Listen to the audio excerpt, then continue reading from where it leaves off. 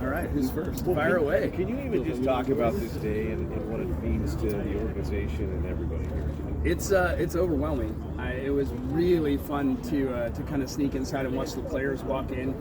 They haven't seen this place. A few of them saw it with drywall, but not the way it looks today. So it's awesome. It is the home for the next 50 years, and it's just a great day because it's not only for the guys behind us, but for the public too. I mean, you can see we're not blocking people from watching. It's exactly like we've always been. We don't have closed doors here, so it's going to be awesome. Craig, what does it do for team building in terms of like free agents and things that people want to come here and play? They see this facility. Let's put some pressure on me. I mean, look, players are the best advertisement we have, and their social media is way, way grander than anything that I'm going to say or do. But when players talk, other players listen. And when you've got a facility that is hands down the best, it speaks for itself. And the more people see of this place and the more people talk about this place, it's going to be pretty clear that our players believe they're in the number one place. Similar question, I suppose, just being out here. I mean, how much is it going to help them on a day-to-day, have this facility, have these fields, have everything right here, and have it be all state-of-the-art like this? Well, this is where I'll go back and put my GM hat on. So this is where the standards have been very high, and this is where the standards now escalate even more. Because, our ownership group built this place, but they built it on hard work.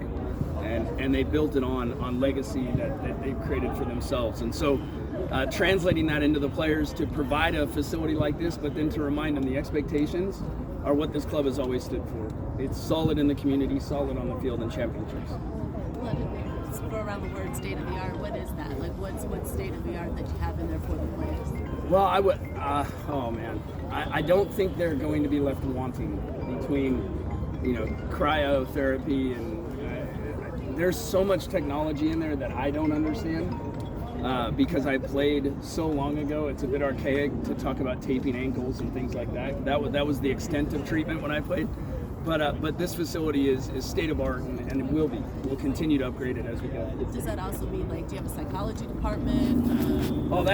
That's we've had nutrition and sports psychology and psychology for several years now, and that's a cornerstone, to be honest. Something that we've believed in for years, and something that, frankly, in terms of the day-to-day pressures that these guys have, it's a massive, massive piece for their success. It's like that the players are they have a lot in the building to do what they need to do. How about for the fans? What is in the building for the fans?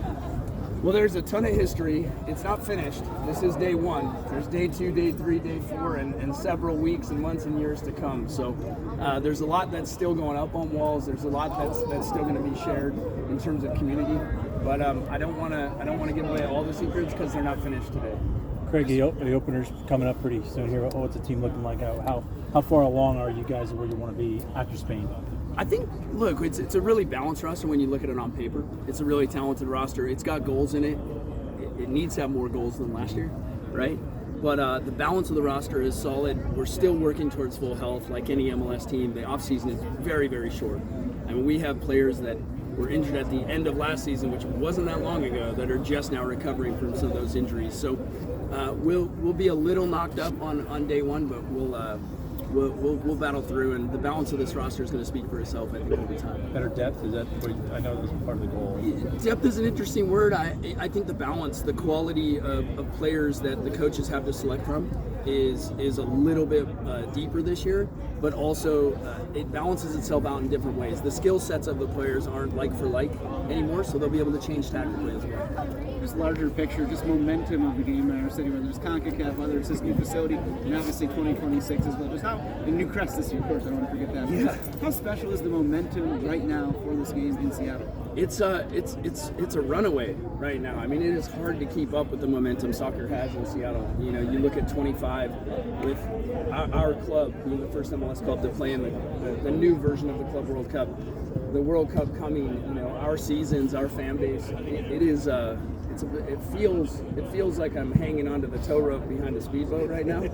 But as I start pulling myself back towards the boat, we'll catch up and get some results. With the World Cup here, this location is going to be almost certainly a training site for one of those national teams. What would it be like for you to give the national team general manager a tour of your facility and say, you've got this for a few years? Well, we certainly anticipate this being the home training ground, and I've walked through it a few times. I think any club or country that walks through it is going to want to be here. It'll be special for us to be able to share this with someone else from somewhere else in the world. It'll be really nice to get their feedback, how they do things. There's always some trade secrets when you walk through a facility and you hear players talk about what they like, what they don't like.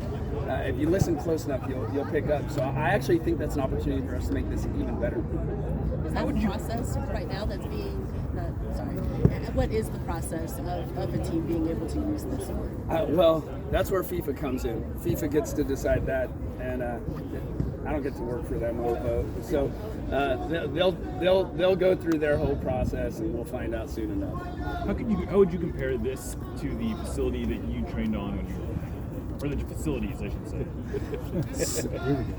Yeah. So I feel like this is where you overlay the glory days from Bruce Springsteen.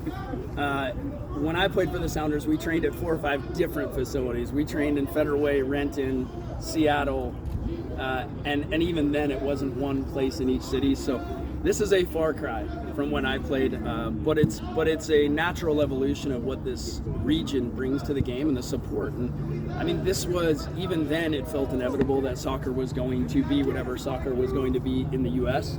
was going to be really special here. And I think this is a unique pocket. We are a bit of a geographic island in terms of how we break out from the rest of the country. We like to be unique, and this is certainly one of those days. Craig, compared to other facilities you've seen around the league, what's unique and stands out about this facility? What's really unique about this facility is how we were able to construct the inside specifically for player success. They basically own the front half of the building here.